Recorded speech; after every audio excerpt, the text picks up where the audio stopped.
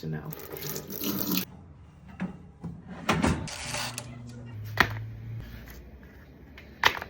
Either too long. It's a communion cracker. Homemade mayo. Bitch.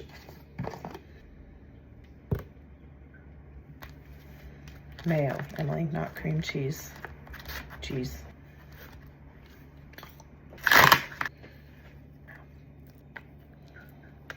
Bitch.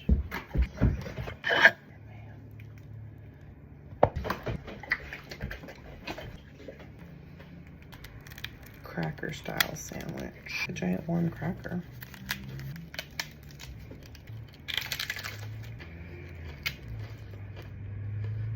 Actually really good. The tortilla is actually soft inside of it.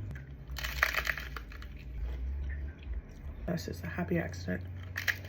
You know what it kind of tastes like? It tastes like a mega Lunchables sandwich. Like if you were into Lunchables as a kid.